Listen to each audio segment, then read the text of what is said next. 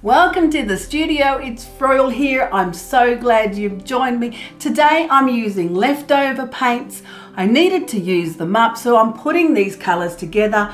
They may or may not work so well because I have a mix of different pouring mediums, but you don't know until you try. It can only not work, and if it doesn't turn out, I can fix it. Okay, so today I've got a mix of paints. Some that I've used before in the Colour Cube Challenge, some leftovers, and even a table mix. My canvas is 16 by 20 centimeters. I really like this size at the moment. It's working really well, especially for experimenting because you're not stressing over using too much paint or it being too big. I'm starting with black. I've got some beautiful gold, and then there's the Amsterdam bronze. This is one of my absolute favorite colors right now. It's so beautiful, it's so opulent. I've also got the copper in an Amsterdam paint. That's a great paint brand. Now this one is called Apricot, and it's one of the paint color palettes from my Colour Cube Challenge that I've been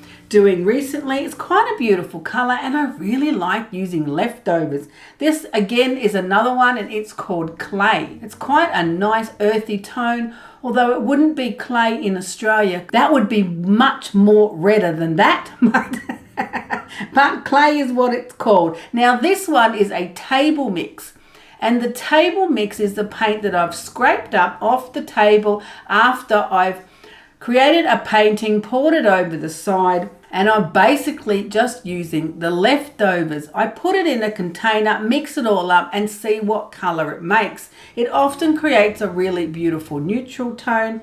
I'm also using a pearl paint today. This is the recipe that I tried last time, which I'm really excited about. I could put it in the description under the video. I'm trying some different pearl paint recipes. And I'm also trying a different amount of the satin enamel because it creates different effects. But yes, it's my new thing that I'm experimenting with. So I decided to pull out my cookie cutters. I really like doing an open pour because it creates kind of shapes that are contained within themselves. I find that when the painting is completely covered with the texture, it kind of does my head in. So I do like to separate the paints a little into kind of clusters or puddles or pours, and I'm finding that the cookie cutters are really good for that. Starting with my cloud mix. Now I haven't used this a lot. I'm still experimenting with the cloud mix. I'm not sure how much is too much or how much do I need. So you've just kind of got to try it, and if it doesn't work, you just have to try something different the next time. So I'm putting in the bronze and the copper, a little bit of the apricot, some of the clay, a bit more of the beautiful bronze. All these colors are going to work really well together. They're beautiful, they're more on the earthy tones, and with the metallic pigments in there, oh man, it's going to look fabulous. I snuck in a little bit more of the cloud mix because I just am not sure what the heck I'm doing. So if it looks terrible in the end, we know that I put in too much, and next time I'll probably think about not putting in so much. But today I'm feeling adventurous. I want to throw it all in the mix and see how it's going to turn out.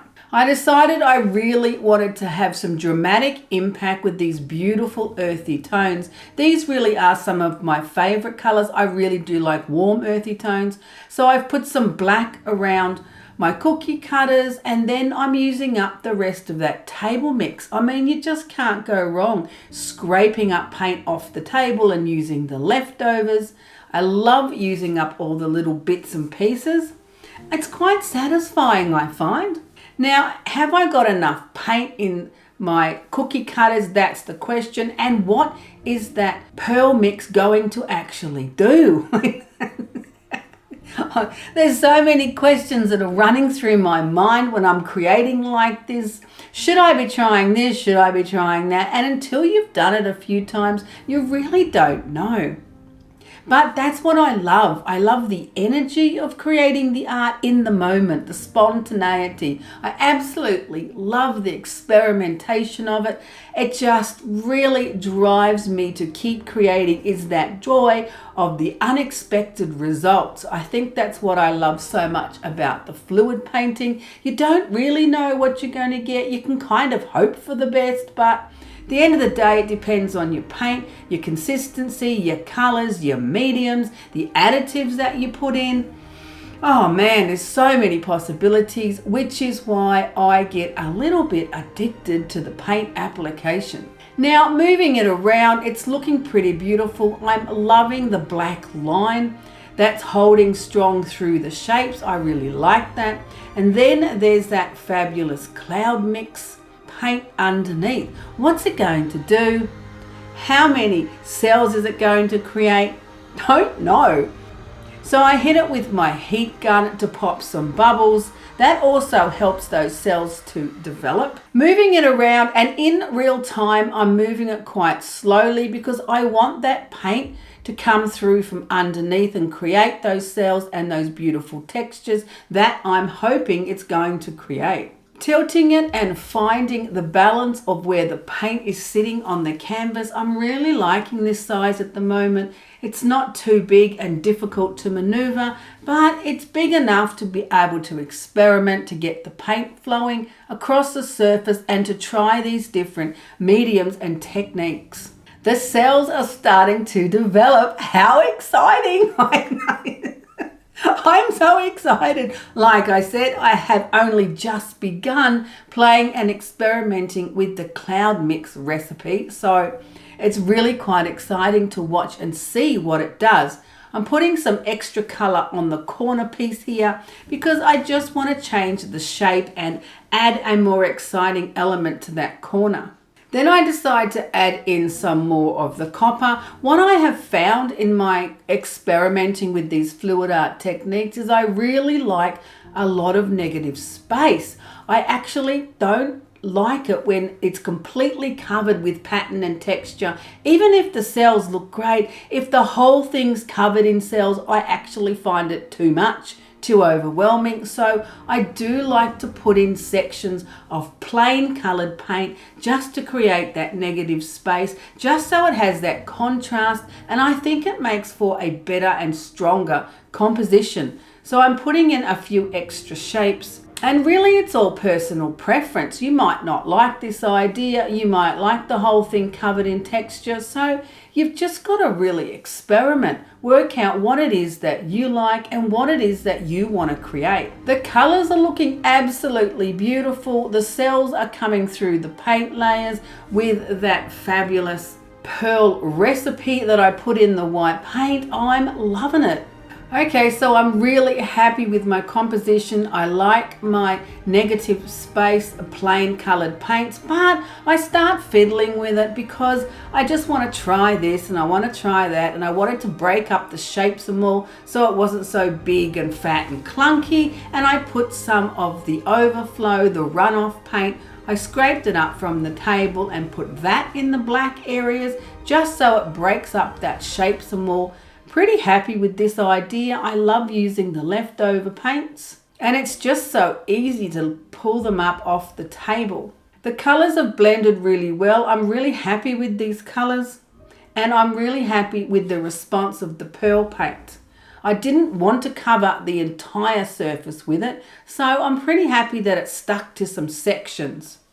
I think that was more chance than skill. But I'm pretty sure I'm going to get better at this. The more paintings I try and the more experiments I get through, I know I'm going to work this out. Have a look at how beautiful the painting is. I'm loving all of the sections. I liked the really weird kind of bizarre pearl cells. I'm loving the textures that they're creating, and I really like my negative space as well. The paints have flowed beautifully. The color palette has worked really well, and I like that kind of cloudy misty white over some of the black areas. I think that's working really well too. So I'm pretty happy with it. I hope it's going to dry well. I hope it doesn't crack. And I have to think about now, do I want to add an embellishment to it? Do I want to add some stencils or some deco foil or another layer? What do I want to do next? That's the question. So we'll just have to wait and see how well it dries. Now for my cloud pour, this was what I tried. 2 parts of acrylic paint, and I used the Liquitex. 4 parts of Floetrol, that's the one that I have to use. 1 part of the Liquitex pouring medium, 1 part GAC 800. I had a little bit of this left in the cupboard from who knows when. And 1 part of the satin enamel. Now, if I think that it might have been too strong, I could put less. I did look on someone else's recipe and they had a 1/2 part. Maybe it was too much. I don't know, man. I'm just gonna try it. But this was my recipe for experiment number 1. And if I don't like how it's dried, I'm just going to adjust this amount, I'm thinking. Or I could adjust how much I poured onto the canvas. That could work too. But it was a lot of fun. I really enjoyed it. I'm busting to try it again. And I can't wait to see how it looks when it's dried. The painting has dried up absolutely beautiful, and I really love the paint quality on the surface of the canvas. I'm so happy with it. The colors look beautiful. It hasn't cracked. My fabulous little cloud cells, pearl cells, or whatever these are. I love the texture of them. I like where they're placed, which is fabulous, and not covering the entire canvas. They're just in sections. That makes me happy. I really like the black strong lines through there. I think that contributes to the composition. A little bit of negative space with these colors. That's working well. So am I going to leave it? Am I going to embellish it? Well, at the moment, I'm facing some pretty overwhelming challenges, and I'm really enjoying adding some more symbolism into my art. I do get very deep in challenging times. And recently I found a couple of crane stencils. Now the crane has been traditionally a Japanese symbol of fortune, longevity, and peace, which I'll just embrace all of those. Thank you. And then I was reading up in more recent times, the symbol of the crane represents not only peace, but hope and healing. So hello, I'm wanting that right now. So this to me looks like an aerial view of a landscape. It could be an alien landscape, but it's still, that's what it feels like to me. So I'm going to put a little crane. I mean, I'd love to put the big one with the flying wings, but I do think it's too big. I'm going to put one of these little ones just flying across the sky there. And I thought if I do it in black, it'll look like a silhouette. It'll match in with the composition of the painting. You may not even notice it, but it'll be there as my symbol of peace, hope, and healing. Yes, that right now is what I'm needing. What about we put a moon in there? Stick to the plan, stick to the plan, Stan. Righto, let's just put our flying crane on which angle. We want to put him like that, or do we like that one? Oh man, indecision is not good at the moment. Let's go with this one. Is flying across the sky like that, and I'm going to use some black stencil butter because you open the pot and you pull it out and it's ready to go, and that's flipping easy. So right there, that's where we're putting him. Right across like that, easy peasy, lemon squeezy. Wipe some of it off, it was a little bit too much. There we go, love it. Let's have a look. Ready? Ta-da, ta-da! Oh, he looks pretty cute. I don't mind that at all. There's my symbol of peace, hope, and healing. A crane that's flying across the sky of an unknown aerial view of a landscape. May or may not even be real. Maybe it's in my dreams. Now, I love the black. It's kind of bringing down that color from that corner. I love, love, love, love these textures. I think at the moment, this is my favorite of the Pearl Cell paintings because there's not too much in it. I got carried away with a couple of them because I was hysterical and a little bit excited because it was a brand new obsession with a new medium. I do get a little carried away, but this one is my favorite. I'm going to let my crayon dry and then I'm going to give it a varnish up so it's nice and glossy. It's going to look absolutely beautiful, and I'm definitely going to hang it in my studio for a while and just absorb the peace, the hope, and the healing. Okay, so I ended up adding a touch of bronze to the crayon. Now, I did really like the black, especially when I first put it on. I thought, yes, dramatic, it looks amazing. But after looking at it for a while, I thought maybe it could blend more in with the background. So I added a touch of the golden iridescent bronze fine, one of my favorite colors. It shines so beautiful and it works so well with this earthly palette. Then a coat of gloss varnish. I'm using the Liquitex gloss varnish at the moment. I'm trying a few different varnishes, and this one I'm particularly liking. I like to put one coat on vertical, and then the next day when it's completely dry, I like to do a horizontal coat, or sometimes I go the other way, but either way I put it one way the first day and the other way the second day, and it gives it such a beautiful overall color of glossy goodness. Look how fabulous it looks now.